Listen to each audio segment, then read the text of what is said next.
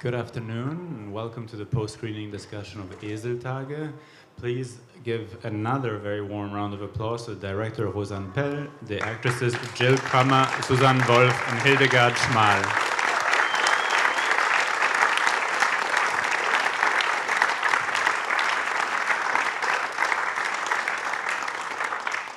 Si quelqu'un a besoin de traduction, il y a des écouteurs que vous pouvez utiliser pour écouter en français. I'll start us off with a few questions and then I'll open questions to the audience. We have mics for the audience, so please raise your hand up high and we'll get you a mic. Rosanne, in the intro before the film, you mentioned already that you have a very particular production process. As I understand it, there is a script, but the actors don't get to see it. And then it changes a lot throughout. Maybe you can tell us a bit more about this process and how it developed in Eseltage.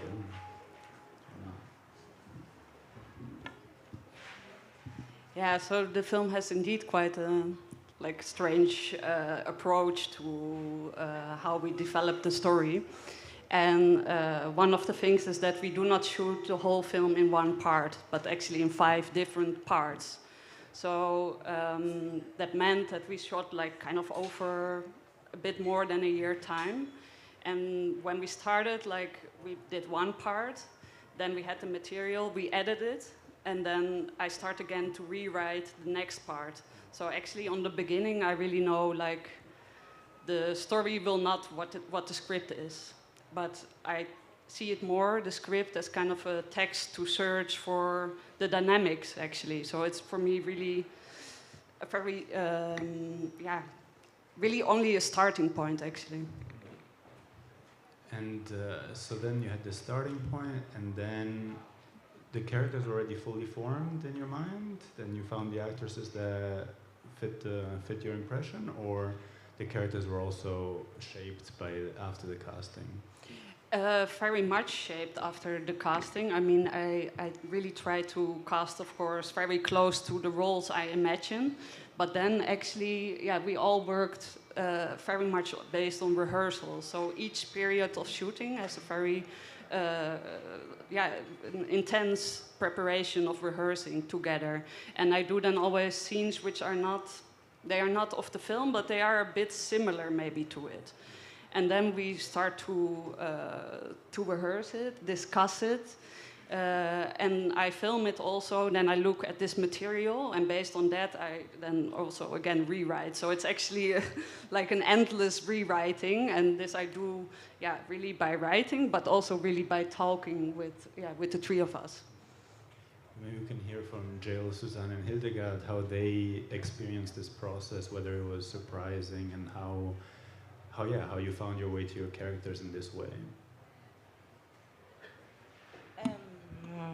I think what was very important for me, or us, you weren't there, unfortunately, but in the beginning we had a week in France to discuss the background of the story, so what Jill later is telling her friends. And so we improvised, and we talked a lot about our childhood.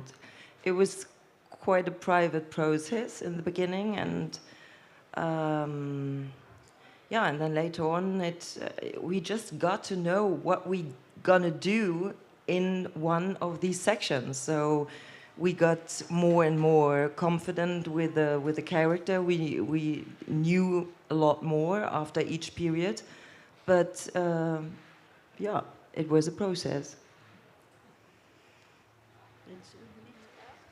Oh, for me it's not so easy to do it in English.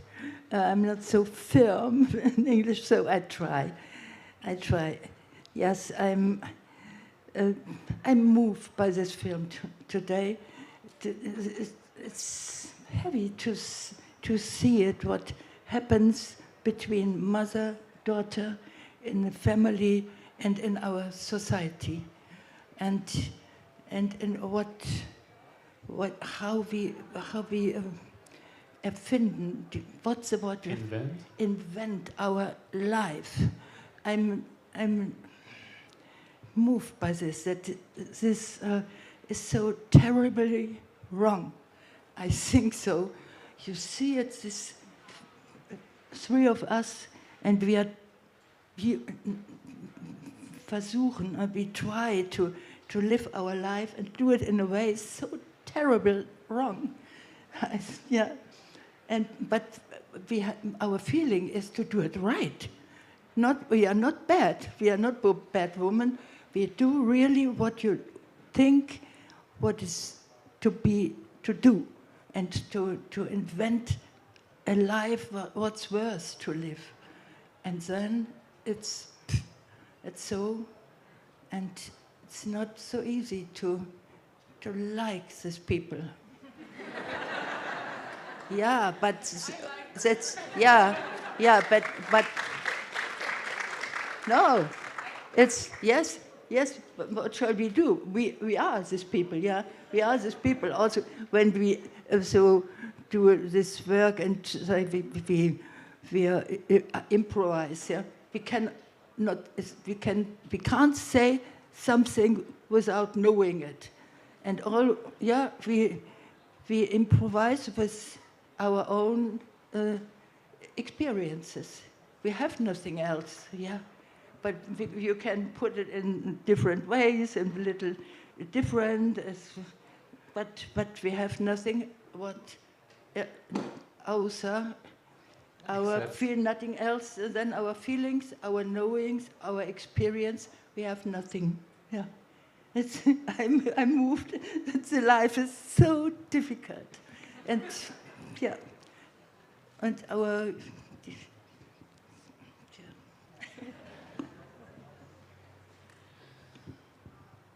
Yes, hi.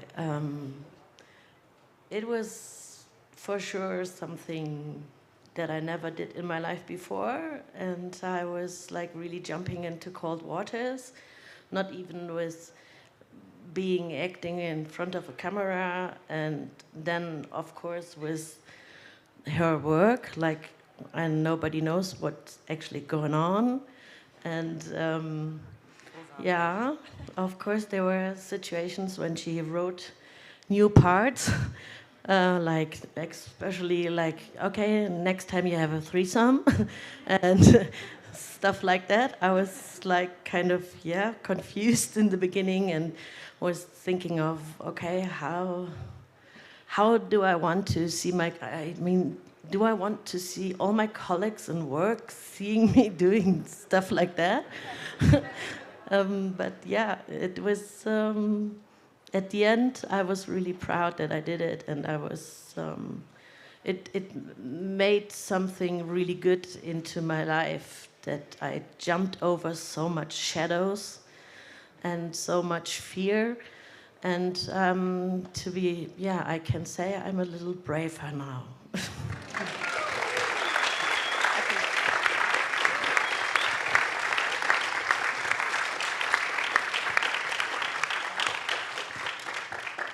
Do we maybe have questions from the audience? Hands up high. No one? Oh, here's one. Just a second, we'll get you the microphone. For the two young actresses, you were improvising. Does that mean you could take parts from your childhood with competing sisters, for instance? Well, Came it out of the blue? I do have two older brothers, and I had to learn how it feels to have a sister. And now I'm proud to say I know how it feels to have a sister. Really, it was really a challenge for me, because I would say it's different to have two older brothers. Jill, for example, has two older sisters. And there's another body language, for example, between brothers and sisters, I would say. And according to your question, yes, there was no line written down for us, so we had to improvise. But for example, we did a scene, and before we did it, we had a separate conversation with Rosanne, and she told us, this is the scene about, and you want her to, I don't know, to do this. And these two ladies had different approaches, different lines, not lines, but goals to... Maybe I can add a little bit to that, because it's like with improvisation, like people always think that it's kind of, or like a shortcut to success, or like that you just do something, but this is actually not the case. It's like an incredible amount of preparation you all have to do together. So each scene I write for each of the characters kind of a step plan of how the scene will go, and along the way we adjust that. And I think it's also not completely true that the actors have no idea what they are doing. There's actually a very strong idea of what they are doing, because it's so much in the moment. Each scene we discuss, and after some time they really embodied their characters. So it's not like, and I think this, to come a little bit to this question, of course you add personal experiences to a film or to a character, but if I look at it, I see very much that these are really characters. This is not their private life or something. I hope so. Yeah, yeah, let's see. It's not our private life, but it is our life. Yeah, you cannot talk about something if you don't know it. And how do you what do you know? Yeah, I cannot say lies or what I think about, or so I can do that what I know and what I am, and then I bring it in the situation. The situations are different, and then it seems to be different, but we are always the same. We are always we. Yeah. Often people ask me as an actor or actress or so, but an actress is like you, like a person, like a human being, and so we are not different. Yeah, we thinking about our life. That is our art. Do we have further question at the back? Yes, thank you. First of all, congratulations for the great movie. To the two youngest actresses, again, from what you're telling, it seems like it was tough for you to do this. But while seeing you on the screen, my impression was that you were having fun. So was it fun or was it tough? Yes, there was a lot of fun, indeed. No, it was fun. I mean, we were struggling, of course, and it got more easy after the time. I do remember the first 3 periods were very hard to follow without knowing everything. So where is my character going? Normally you have the whole story and you know, okay, I'm gonna start here and this is the end, or this is, I don't know, the peak of it. And in that case you didn't know. But little by little you got to know more, and the more you know, you maybe become freer, something like that. But there was a lot of joy. Yes, there were, especially I was telling Rosanne, please write some really mean scenes for me. So, because I really liked to do stuff that I never would do in my private life. So it was really making joy to play an evil character, or even like, yeah, trying out stuff. And the more I get into the story and the more I get used to be in front of the camera, it was even like, yeah, really I really was looking forward for hard scenes that, you know, it was like a challenge. You are a fils-em-up, you are. Yeah. Now I know. Now everybody knows.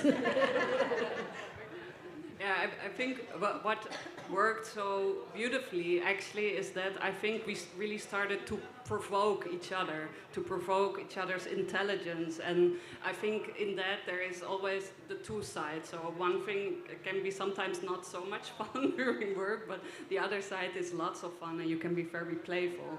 And I think we were very much engaged after some time in that, and like what Jill said, she wanted this kind of scenes, and I felt she can do them, and we can go far. And with Suzanne and Hildegard, I had the same. Like, there was not this, like, oh, this is, I will really not, like, unimaginable. We were always thinking like, okay, so we have this scene, how do we go about or around? At the very back behind you. Hi, I'm an architect, so I have my favorite scene of the movie. It's when towards the end, when the real estate guy is showing the house. The Really? and I think everyone in his life has experienced somehow this situation when you have like a nice property from the heritage, and you need to decide what to do with that house, and you want to probably sell it in that case, but then you belong to that place. So I really like this transition from the real estate sparkling video to the reality, which is like very different. How did you come to that idea, and how did you realize it? I wrote first actually in the script that the sales agent would be actually there, and the sales agent would go with Anna and with Charlie through the house and then kind of like discuss. But then I thought like, okay, we need a sales agent, and I like to work with people who are then actually having this occupation. So production actually found a fantastic sales agent, and I looked on his website, and then I saw these videos, and then I thought, that's so painful actually. It's really like, it's funny that you find this nice, because I find it really hard.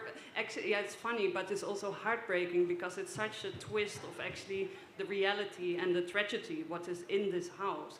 And I think this is also maybe my critic on this kind of aesthetics. It's this beautifying of something what is actually doesn't need this kind of beautifying, and so it's a little kick to this kind of material. Over here. Thank you for the film. It's probably a stupid question. I entered in the cinema, and I thought it was a Dutch film. And I was surprised, and I was relieved to hear German. Relieved.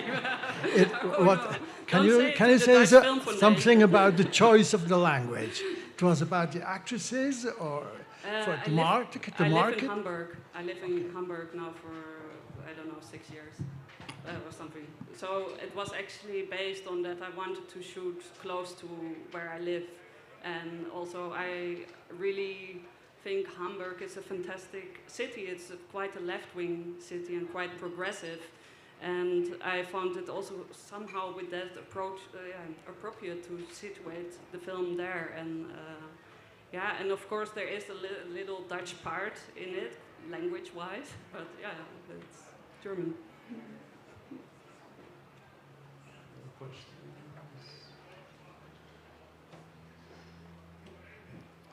Watching, is it?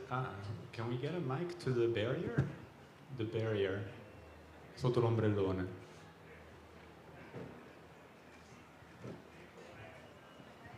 Hi, thank you. So I have a curiosity about if it's difficult to break some cliches and not to be politically correct today, because you have approached this topic to be thin or not, to be also with words they say together, and it's probably a family thing. They say sometimes, I don't know, in Pumeli, do, or so other things that today could be approached with, so not like we did before as a joke and so. And you have another one with this school where you have colored students, so I inferred it was in Berlin, the story, probably was set in a big German city. So what is about this school, or if you wanted to do a joke with this school, if you can tell us about this detail. The thing is that, of course, they are they are not correct in how they behave or what they are saying, but I think that's actually also very much how human beings are. And I think the film is definitely also a critic on the fact that they are so self-centered and so privileged and actually have not really a sense for what is all going on around them, because their world is more or less just the house of the mother, and people, what is appearing there feels for them normal, and actually the other things feels like a normal life, like a school or like just having a relation outside of your family, that feels for them rather absurd, which is a weird contradiction actually. And I think, of course, like nowadays it's just quite, how do you say it?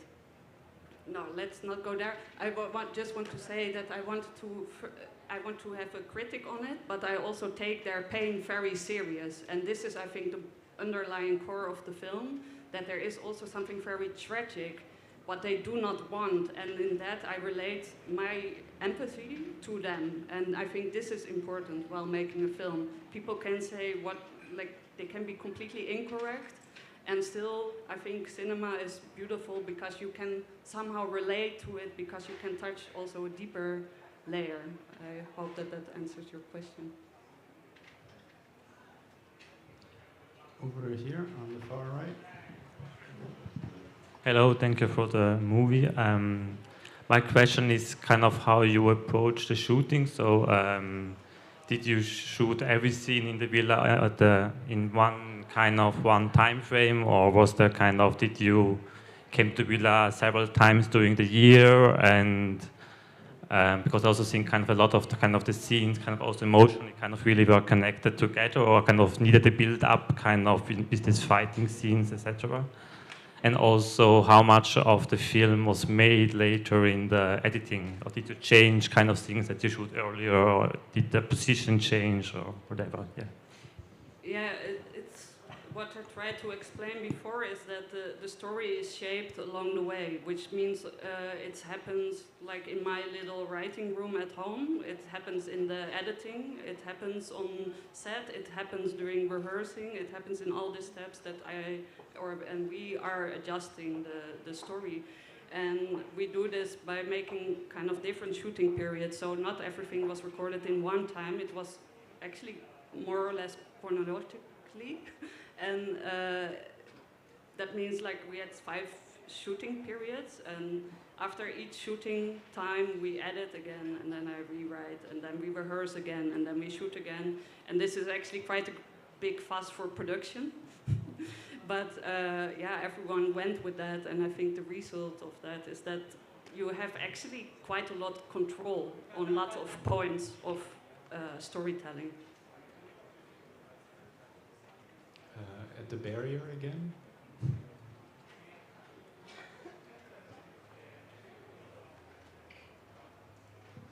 I'm also very moved from the movie, thank you so much. Can you tell us something about the donkey, the idea of the donkey? Yes, it's actually quite a funny story, because it came from a rehearsal exercise we were doing, and I made a little exercise and we were actually practicing it. Can I tell them?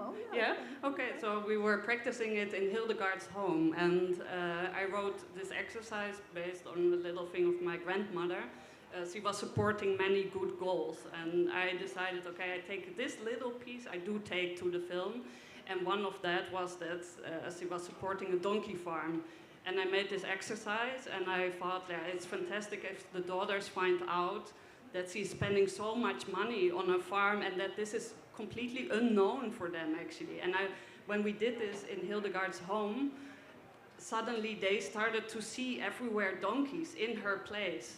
And this was also, it worked great for the film, because then we saw in that house there were also donkeys. And then I thought, no, this is such sign, there need to be donkeys in there.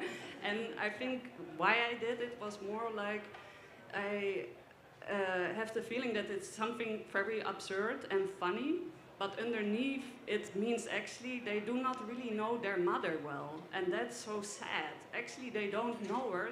She is for them more like rather an icon and an abstract person with that. Mm-hmm. So it has these two sides. It's both absurd, but actually it's the core of the problem is they do not really know who their mother is. They are fighting for something what is abstract and what is actually not there, and they will also never get it. Sad. At the very back. Yes, thank you for this very strong performance and for this, so many details about this family life. Could you tell us maybe a little bit more about the camera work? Because sometimes there were images blurring together, like at the lake, or the house was kind of moving. I really like that. Yes. I would very much like to do that, but I think it's even better if Afke is doing this. So Afke, you can come here and do that.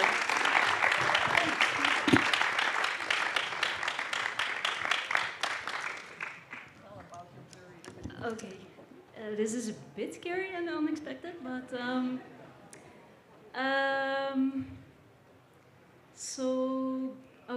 the story behind all the bit more strange shots in the film, I guess. Well, actually, I think it started with the shot of the first shot you see in that the house is a little bit going like this, and that was I don't have a very intelligent answer for it, because it actually just I was making the shot like a normal shot. And then I did this, and I just thought it was really good. Then that was the first time we did a shot like that, and then we could build on it. We could continue it. And I think, well, actually early, we already did some tests with Xander, the editor, to make this kind of kaleidoscopic shots and different kind of effects. There are some fish eye effects in it, and we really wanted to be free to use it, so not be scared for, okay, we are shooting on 60mm, it's quite rough and natural, but we wanted to have the freedom to just use everything we thought that would help the film in a positive way, in a strange way, and I really like it that we had this freedom. Yeah. Thank you, Afke. Or do you stay?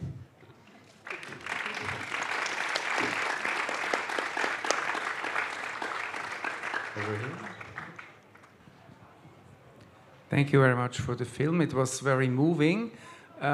I very much like at the end if I can learn from a process, and I very often like much more the happy end. So why did you choose that they separated at the end, and why did you not try to make a development of the story toward like that they would find each other? Interesting.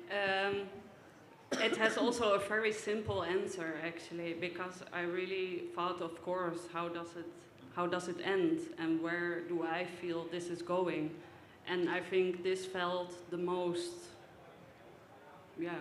realistic to me, that this would be the outcome. And I think that's also a bit of a difference between thinking what would I wish for them, or what is like actually likely to happen. I do not know necessarily if I would say it's only like a tragic ending. For me, you can have your interpretations with it, and I don't want to fill them in too much. We have time for one or two more questions if someone wants to join the conversation. Watching Eseltage, a realization you get after a while is how rare it is to see films cast primarily with women. Is this just a result because that's what the story called for, or was there also an intention of like flipping a paradigm?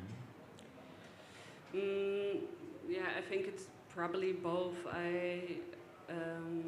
I think I'm really longing to stories where, I can relate to many stories also by male perspectives. I think actually the other way around is often more difficult for men to relate to stories which are made by women, and this is because we actually are taught with a perspective of mostly male.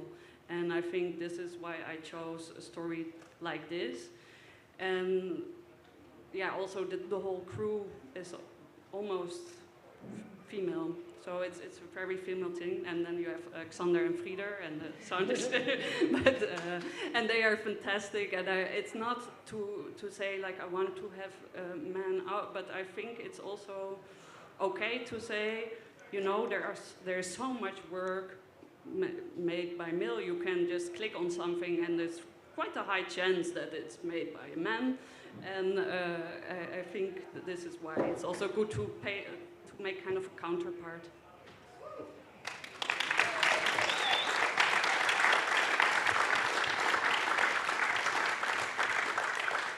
All right, well, thank you so much for this discussion, especially thank you for the film, all of you, and thank you all for coming.